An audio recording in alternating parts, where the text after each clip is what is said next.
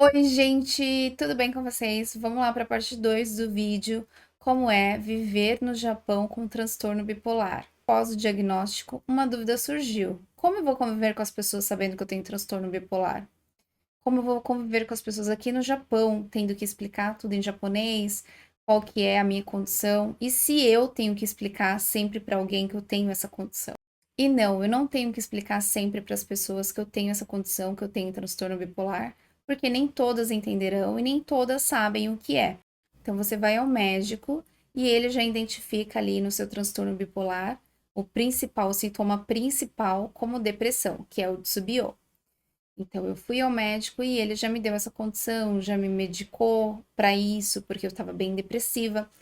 Após o diagnóstico com a minha última médica do Brasil, então eu passei aqui, a gente tem que passar aqui no Japão, porque senão a gente não consegue medicamento, porque fica muito inviável a gente pedir medicamento do Brasil para cá, é burocrático, é demorado, enfim, pode ser mais caro também, então dá muito trabalho para pedir no Brasil, a gente acaba passando com um médico aqui, mesmo porque é até bom você ter um acompanhamento com o médico aqui no Japão, para ele saber, para você ter uma confiança de que tem alguém ali cuidando de você aqui também mais perto, né? E não tão longe como no Brasil.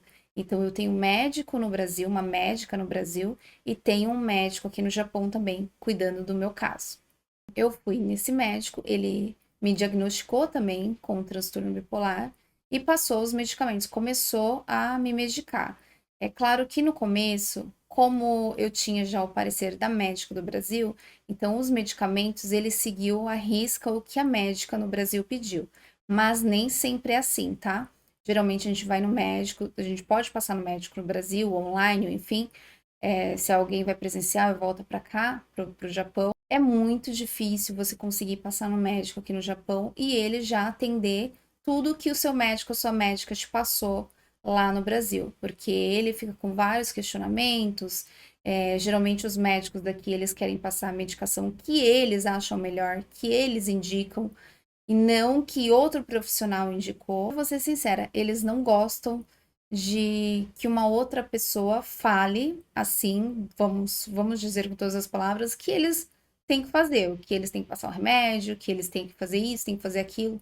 Geralmente isso não acontece, por isso que eu deixo bem claro, o meu médico é uma exceção entre alguns, é óbvio que tem médicos bons aqui no Japão, tem sim, mas é mais difícil. Vamos combinar que não é tão fácil. Para eu achar um psiquiatra, eu passei com outro antes, que eu não gostei, que eu não fui tão bem tratada assim. Às vezes você vai em um lugar, você não se sente tão bem. Ele não é que o primeiro médico que eu fui me maltratou, mas ele não deu aquela atenção que eu gostaria de ter, que eu gostaria de ter, é, porque eu estava pensando estava com pensamento de morte. Então eu gostaria de ter um profissional ali que escutasse o que eu tinha para dizer, mas também que falasse algo que me ajudasse a não ter esse tipo de pensamento. E não foi o que aconteceu. Ele até ouviu o que eu tinha para falar, esse primeiro médico que eu fui. O que ele me falou foi, assim, basicamente: ah, tá bom, volta outro dia, você toma esse medicamento e a gente conversa numa outra oportunidade. Foi basicamente isso. Então, meu segundo médico, que é esse último que eu tô há mais de um ano já, é maravilhoso, eu não tenho do que reclamar. Ele me entende, ele me escuta. Gente, é muito difícil, como eu falei antes, é muito difícil aqui no Japão você passar com um psiquiatra, qualquer médico, que você vai lá e ele te olha nos olhos, ele conversa direitinho com você e te escute por, sei lá, meia hora, 40 minutos, uma hora, 2 horas. Isso não acontece aqui no Japão, tá? No Brasil, somos privilegiados de ter médicos e consultas que demoram um pouquinho para a gente poder se acertar ali, conversar, o médico indicar um medicamento, falar sobre sua vida, sobre tudo que está acontecendo com você. É diferente. No Brasil, eu cheguei a ficar, que é a minha consulta online, eu cheguei a ficar 1 hora e meia com a minha psiquiatra. Aqui não existe isso, você ficar 1 hora e meia com o psiquiatra. É mais ou menos assim, vamos chutar, eu vou chutar lá alto, vai. Eu tô exagerando, hein? Você ficar 15 minutos. Você não fica 15 minutos dentro de um consultório aqui com psiquiatra ou com outros médicos, outras especialidades. É óbvio que tem algumas exceções, né? Depende da área, depende do que você vai fazer, se é uma cirurgia, se não é, não vou entrar nesse mérito. Mas geralmente você não fica muito tempo aqui em uma consulta. Consultas aqui no Japão são mais rápidas. Isso é bom ou ruim? Eu acho ruim. Porque quando você passa numa consulta, você quer falar muita coisa ali, às vezes você tem coisas guardadas que você não fala no dia a dia, você não fala para um outro profissional, você não fala para um familiar, e você precisa falar ali com o médico, principalmente com pensamentos que não é muito legal ali, né? Então, você conversando com o médico, ele vai te dar um respaldo, ele vai entender seu lado, ele vai conseguir ver o medicamento assim, para começar, o que você precisa tomar. Mas mesmo sendo pouco tempo, eu gostei muito do médico que eu tô. O médico é muito bom, ele me entende, ele me escuta. Por mais que seja pouquinho tempo ali, ele consegue perguntar pelo menos o principal de como eu tô me sentindo, como tá sendo a medicação, se eu tive crise, se eu tive algum ataque, por exemplo, ataque de, é, sei lá, de ansiedade, de depressão, enfim, então, meu médico cuida de mim, ele me entende, eu consigo conversar com ele, tudo isso em japonês, tá, gente? Eu não tenho, não vou com tradutor, eu não tenho nenhuma pessoa que vá me ajudar, é tudo eu mesmo que falo, que converso. Caso eu não saiba de alguma coisa, alguma palavra, técnica, por exemplo, que eu não consiga ali me expressar, eu procuro, eu estudo, eu converso com ele, eu tento me explicar, eu tento falar o que está acontecendo. Assim como, por exemplo, quando ele me pede exames, eu faço lá mesmo. E então, até mesmo os exames que ele me passa, eu consigo entender ali o que, que é o que. Ele me explicou, eu consegui, o que ele não conseguiu me explicar, eu consegui procurar, pesquisar e saber o que significa, onde está bem, onde não está. Graças a Deus está tudo bem. Então, isso é ótimo para mim. Por exemplo, eu tomo um medicamento chamado lítio, que a gente tem que controlar bastante ele no corpo, ele não pode ter em excesso. E fazendo esses exames, eu tenho esse controle de como tá o lítio, por exemplo, no meu corpo, se tá em excesso, não tá, se tá legal, o nível tá bom. É um controle que eu tenho que ter a cada 3 meses, para sempre na minha vida. A cada 3 meses eu tenho que fazer esses exames para saber como que está tudo, se tá tudo legal. Aqui no Japão, a gente tem direito a uma carteirinha, quem tem algum tipo de deficiência. No meu caso, eu tenho essa carteirinha, que eu vou mostrar para vocês só a capa dela. Ela chama Shougaisha Techo. Então, ela é uma carteirinha assim, ó, que tem foto. Não vou mostrar os dados aqui, tá? Mas tem minha foto aqui. Deixa eu mostrar só a foto, vai. Aqui, ó, tem uma foto, tem os dados dentro e da prefeitura, que é da minha região, que é Aichiken. Então, essa carteirinha aqui me dá direito a várias coisas aqui no Japão. E ela vem junto com uma outra carteirinha, uma verdinha assim. Então, são duas. São duas carteirinhas que ganham. Na verdade, é essa daqui, só que essa daqui é para o seguro-saúde e essa daqui é para você mostrar também no seguro-saúde, para você mostrar nos locais que você tem algum direito, que eu não sabia, inclusive, fui descobrindo com o tempo, que ela dá direito, por exemplo, a descontos de impostos, entre outras coisas, assim, trem, outros benefícios que ela pode oferecer. E essa carteirinha são 3 níveis. Então, tem o 3, o 2 e o 1. O 1 é o nível mais grave, assim, dos 3 níveis. E um tem direito a mais coisas, assim. Tem direito a ter mais descontos, por exemplo. Eu acho que tem até uma ajuda do governo aqui. Eu não sei exatamente todos os detalhes, então faz pouco tempo que eu tenho, não sei de tudo ainda, não descobri, então não vou falar sobre ela. Se vocês quiserem que eu entre em detalhe, quem mora aqui no Japão, por exemplo, né, que quiser, eu posso até fazer um vídeo sobre, mas eu acho que é uma coisa mais detalhada, mais pessoal, que quem tem realmente algum problema, que vai ter ali um nível, vai chegar, vai falar na prefeitura e a prefeitura mesmo vai explicar o que que você tem de benefícios, o que você não tem, enfim, quais os seus direitos. Aqui no Japão, como outros países, o Brasil, por exemplo, tem o seguro de vida. Então, a gente faz o seguro de vida e a gente coloca ali as opções, ou já tem as opções de doenças, possíveis doenças que você venha a ter, e você tenha direito a algum valor, alguma ajuda ali do seu seguro. Quando eu fiz o seguro de vida, tinha uma cláusula lá sobre saúde mental, mas eu não lembrava o que abrangia, qual direito que eu poderia ter e tal. E depois que eu fui diagnosticada, depois de alguns meses, eu entrei em contato para saber, assim, sem pretensão nenhuma, o que eu tinha de direito. E foi bem importante, assim, eu ter feito esse seguro de vida. Tenho ele até hoje, já fazem o quê? 7 anos e meio que eu tenho esse seguro. Ele abrange as 3 principais doenças, que é câncer, tumor, e agora eu não lembro o que era a outra, mas é os principais, assim, as principais coisas que pode acontecer, né?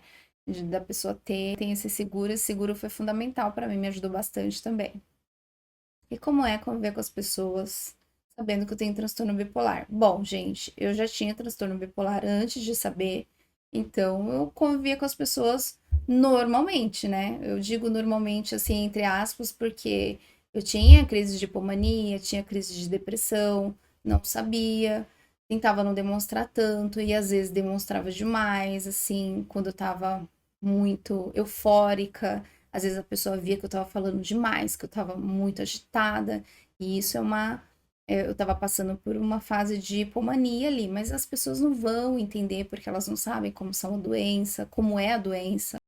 Independente de antes ou depois que eu fiquei sabendo que eu tenho, mesmo eu falando para algumas pessoas aqui, japonês ou brasileiro, não é todo mundo que vai entender o que é essa doença, o que essa doença representa, o quão grave ela é. Então, muitas vezes as pessoas não vão entender mesmo, muitas vezes as pessoas não vão dar a mínima. Então, pode ser que tenha pessoas ali que não vão me ajudar. E eu acho que eu tenho que saber conviver com isso, conviver com as pessoas, independente se elas saibam ou não o que eu tenho. Que nem o japonês é difícil, eles não vão entender muito o que, por exemplo, se eu mostro a carteirinha para alguém, eles olham e falam: Nossa, então você tem deficiência, né? Tá, entendi. Então trata de uma forma diferente.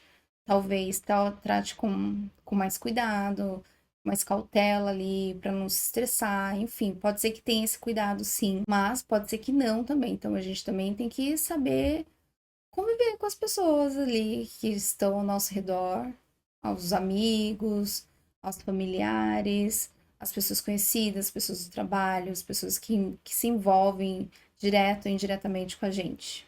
Sabe que no começo isso foi uma preocupação para mim, de como eu vou lidar com isso agora, sabendo que eu tenho isso. É, muitas vezes eu fico pisando em ovos para conversar com as pessoas, com medo das pessoas me julgarem de alguma forma. Ah, ela realmente é louca, ela realmente é diferente. Ah, pode ser que não seja legal conversar com ela. Então, eu fiquei com medo desses julgamentos, sim. Porém, a gente tem que seguir em frente, né? A gente não pode se martirizar por coisas que não aconteceram ainda.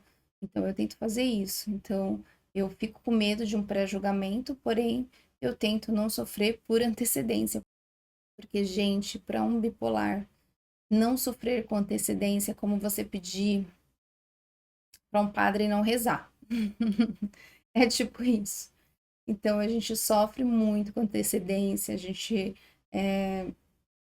pensa muito no futuro, a gente pensa muito lá na frente, a gente pensa em uma situação que às vezes acontece alguma coisa, a gente já acha que é com a gente, nem é com a gente, nem é comigo. E isso, tendo transtorno bipolar ou não, pode ser que aconteça com você também. Às vezes uma pessoa tá ali conversando com a outra e você já acha que ela tá conversando de você, falando mal de você.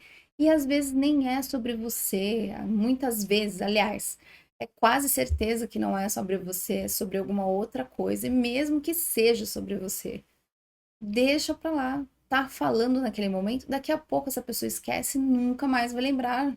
Então eu faço de tudo pra deixar pra lá, e isso me importava muito com essas coisas. E realmente faz toda a diferença a gente tentar não sofrer por antecedência. Um ponto que eu esqueci de mencionar pra vocês, quando eu falei da carteirinha, essa carteirinha eu descobri ela para poder fazer principalmente por causa dos medicamentos e das consultas. Ou seja, o que isso quer dizer? E essa carteirinha me deu direito aqui no Japão das consultas e de todos os medicamentos serem totalmente gratuitos, incluindo exames. Então, todos os meus exames, todas as minhas consultas e todos os meus medicamentos é 0 ien, é gratuito aqui no Japão. Então, eu achei isso muito legal. Eu não sei como que funciona no Brasil. Até gostaria de saber, uma curiosidade, né? Quem souber aí me fala. Gente, o tratamento para transtorno bipolar, para depressão, para ansiedade, tudo isso é caro em qualquer lugar do mundo, acredito eu. No Brasil é muito caro, aqui é muito caro. Então, só a consulta de psiquiatra, mais medicamento, mais exames, para mim sair em torno, tá? Tô chutando assim, mais ou menos um cálculo que eu fiz, saía 10 mil ienes mensais, todos os meses, assim que eu descobri que eu tive o diagnóstico. E eu comecei a ir no médico, cada consulta saía pelo menos 10 mil ienes todo mês. Então, isso é a média, tá? Às vezes saía 12 mil, às vezes saía 6 mil, às vezes saía 8 mil.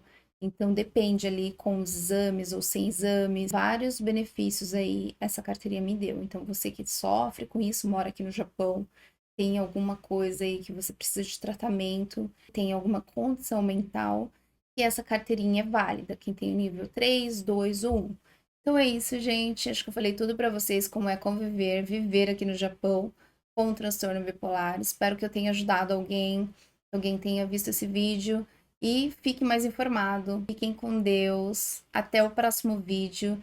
Dá like pra mim, não esquece que isso vai me ajudar muito no vídeo. Compartilha e se inscreve no canal, por favorzinho, nunca te pedi nada.